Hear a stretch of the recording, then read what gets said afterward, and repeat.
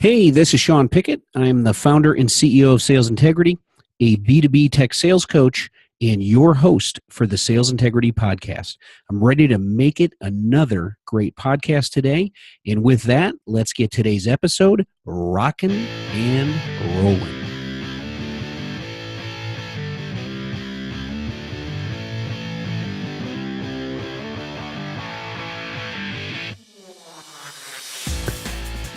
Welcome back to the Sales Integrity Podcast. Today, I'm excited for our new format that we're going to incorporate. We're not going to do this every week, but we're going to do it every once in a while. We receive questions from time to time from some of our audience and listeners out there. I appreciate those that are sending in their questions. So I'm going to start incorporating from time to time the Ask the Coach Q&A type format. So that's what we're going to do today. I picked one of our audience, one of our listeners' questions out of the mix there, and we'll focus on just that one for today. And I'll keep incorporating these as we move forward as well. But today's question comes from Brian Childers.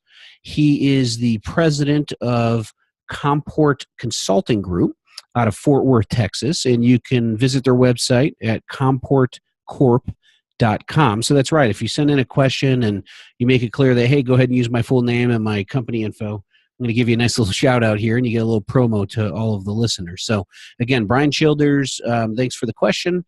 He's the president of Comport Consulting Group out of Fort Worth, Texas. They're a business technology consulting firm, and you can learn more about them at comportcorp.com.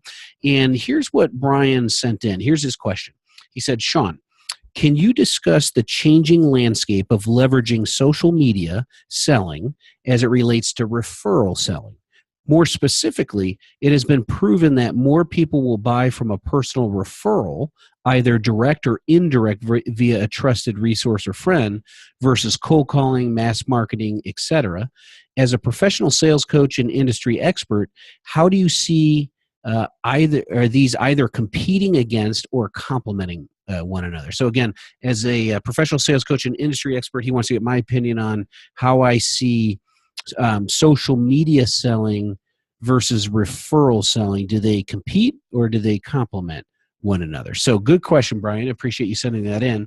I'm going to start off where I typically start off, where we're going to leverage some real research out there that's in the marketplace just to kind of set the tone. And then I have a recommendation on kind of, do these two work together or do they compete? So some research that's out there. One was conducted by Texas Tech University. They found that 83% of consumers are comfortable making a referral after a positive experience. So one lesson learned there is when you have a positive experience with a customer, because one part of referral selling is asking customers for a referral, make sure to ask for a referral. So strike while the iron's hot. That's one recommendation there. Referrals also come from trusted contacts in your network, not necessarily directly from end customers. So I thought I'd throw that one out first. Another one from Nielsen, they found that customers are 4 times more likely to buy when referred by a friend. So customers are 4 times more likely to buy when referred by a friend. The source there is Nielsen. So that bodes well for referral selling. The lifetime value of a referred customer is 16% higher than a non-referred customer. The source there is Journal of Marketing. So again, the lifetime value of a referred customer is 16% higher than a non-referred customer.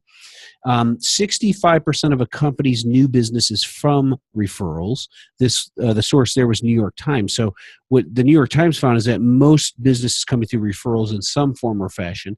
That kind of foreshadows a little bit of, do these two work together, referral selling and social media selling? So we'll get there in just a minute. Next one, a referred customer is 18% more loyal than a customer acquired through a different method. The source there is Journal of Marketing. So basically, if you have a referred customer, they're probably going to stick with you longer than someone who just kind of came in through a different method. They don't feel any sense of loyalty to remain with you because they're not going to disappoint the person who referred you. So that's what that implies.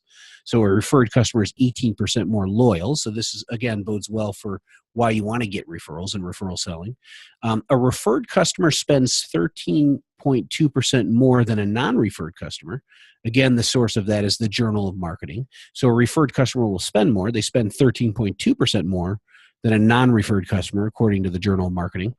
And so those are just everything on referrals there. In terms of social selling, 73% of salespeople using social selling as part of their sales process outperform their sales peers and exceeded quota 23% more often.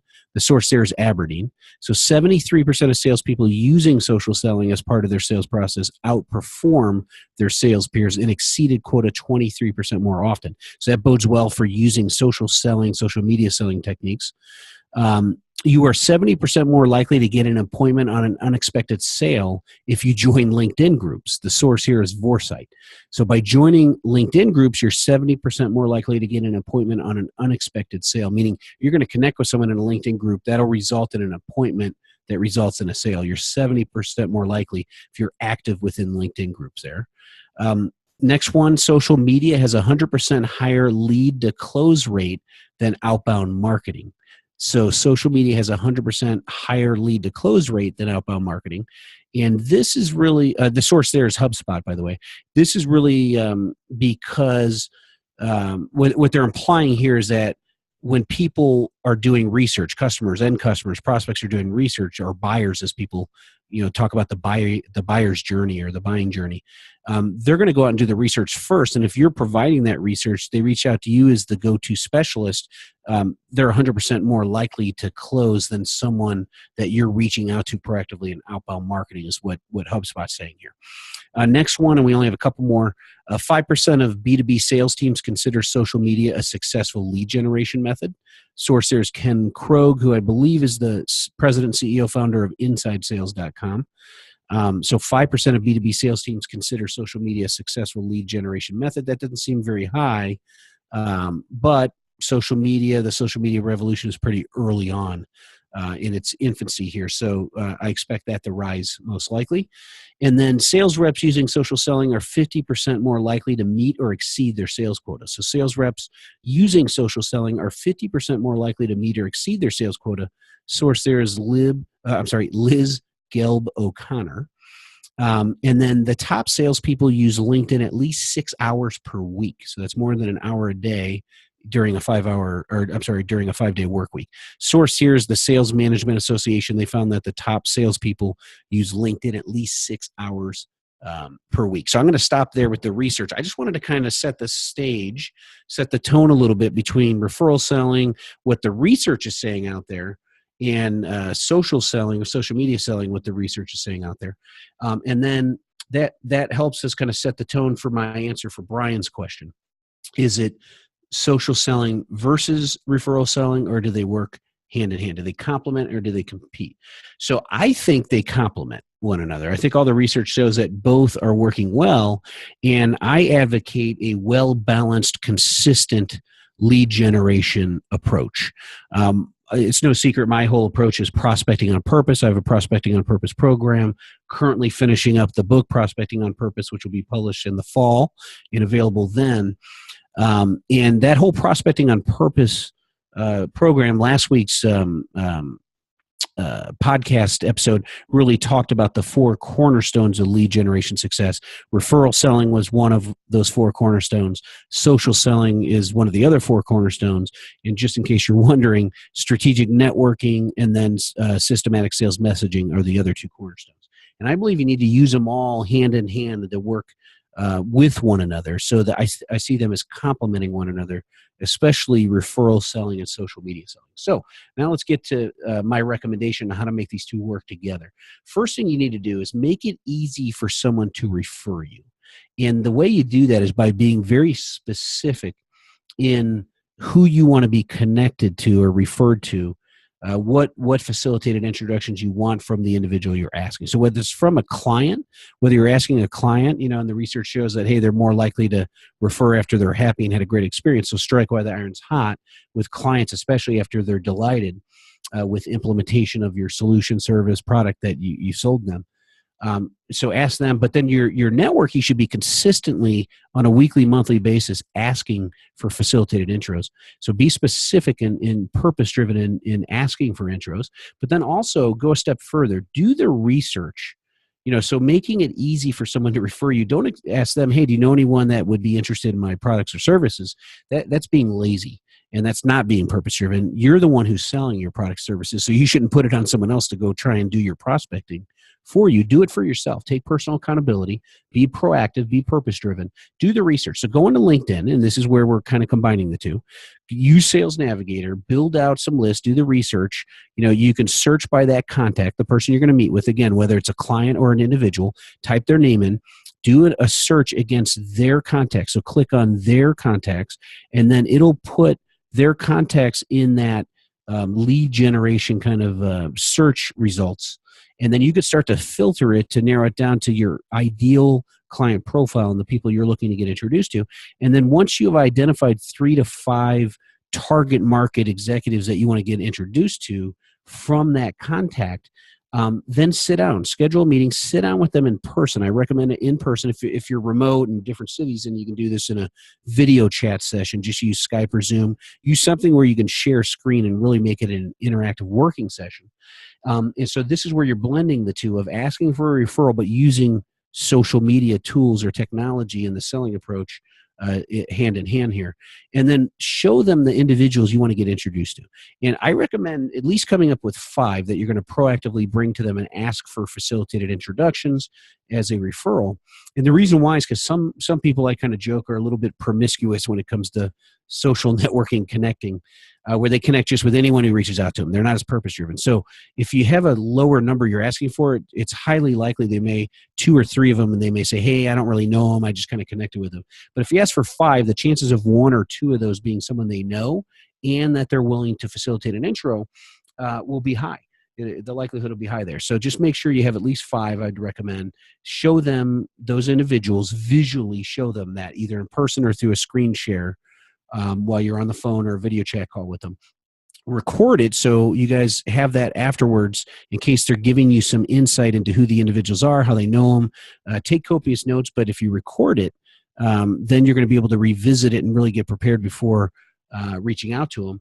But what you're going to do is beforehand, you're going to create your introduction messaging, your intro messaging. So again, make it easy for them. You are the best person to sell you and your product, services, and solutions, not your contacts. Don't put the onus on them to have to think of how to introduce you and what you do. So make it real easy, make it succinct, 2-3 sentences, very short paragraph as to who you are, and send that over to your contact who's going to facilitate the intro. So all they got to do is copy, paste it, and then they can edit it. Let them know, hey, if that doesn't sound like you, go ahead and feel free to edit it. At least you have a starting point. You can get it done real quick. And then have them send it before you guys get off the call. And you should do the same thing for them. Prepare them for doing that same thing, and be willing to facilitate intros for them and have them look through. I call it a network sift, conducting a network sift. Have them sift through your LinkedIn network ahead of time and ask for 5 intros as well. And you could do the same and have them create their own messaging to get to you so you could facilitate an intro easily for them. So 2-way street here, something that it's a win-win for both of you. That's how you can leverage social media, in this case LinkedIn, for instance, in conjunction with asking for referrals or facilitated introductions. Okay. And then you guys can fire that off. Each of you fire the introductions off. And now you don't have any action items or next steps when you're walking away from that meeting or video chat call. So just keep that in mind. So, Brian, going back to your question, I see them complementing one another. As you can see, based on the method I walk through, I call that conducting a network sift. That was one specific example using LinkedIn. You could do this using Twitter. And then also you want to make sure that your LinkedIn profile, something you want to do, and again, this is related to social selling, make sure your picture is a professional one. Make sure you look like someone they're going to want to connect you to their network, or for the individual receiving the introduction, the executive, they're going to go look at your profile. So make sure that it's updated and it talks about how you help other clients that are like them solve problems that they may be facing. So make sure it's written the right way so it looks like someone they want to connect with and interact with and potentially do business with. Okay, so you got to do a little bit of homework on your end ahead of time. Get your profile updated if it's not. You're going to do some research ahead of time. You're going to identify 5 contacts ahead of time. You're going to create your messaging ahead of time. And then you're going to leverage LinkedIn to facilitate those intros. I'd have that individual send an in-mail or a mail within LinkedIn directly to that contact with you on it. So it's a 3-way message. So they connect you there. You can track it all within LinkedIn. And that's how those two can work hand in hand and complement one another, referral selling in conjunction with social media selling. And that will do it for today. One thing I want to point out, though, I ran through that pretty quickly. So if you weren't taking copious notes and you want a 15-minute micro video coaching session where I share screen and show how to do this, this is one of the 7 lessons in my free 7-day video email course titled How to Master the Game of Complex Technical Selling. And if you want to subscribe to that, it's free. It's one of the lessons in there. I spent a little bit more time than I did here and visually walk you through it. So the way to subscribe to that is to go to mastercomplexselling.com. Again, it's mastercomplexselling.com. If you have not already subscribed to that free video email course, just subscribe. It's free. All you got to do is put your first name, email address in, and then you will get a video email delivered to you once a day for 7 straight days, teaching you at least one technique that you can immediately apply in the real world of selling. And what I walk through today is one of those techniques, which is what I call conducting a network sift. Okay, so Brian, hopefully that answered your question. I gave you a little bit of detail there. That's just one of many examples of how those two work hand in hand, social media selling and referral selling.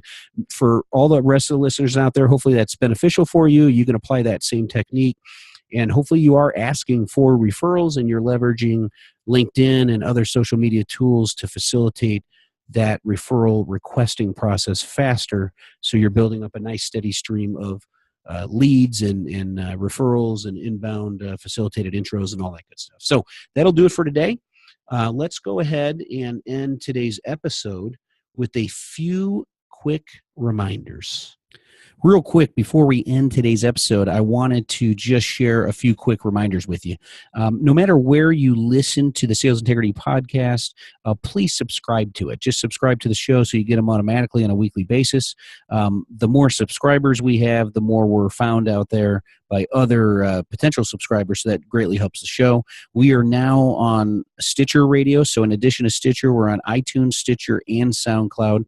And no matter where you subscribe or listen to us, please provide a 5-star rating and a quick 1 to 2 sentence review. That also helps others find the podcast. So help us grow the show. That would be great.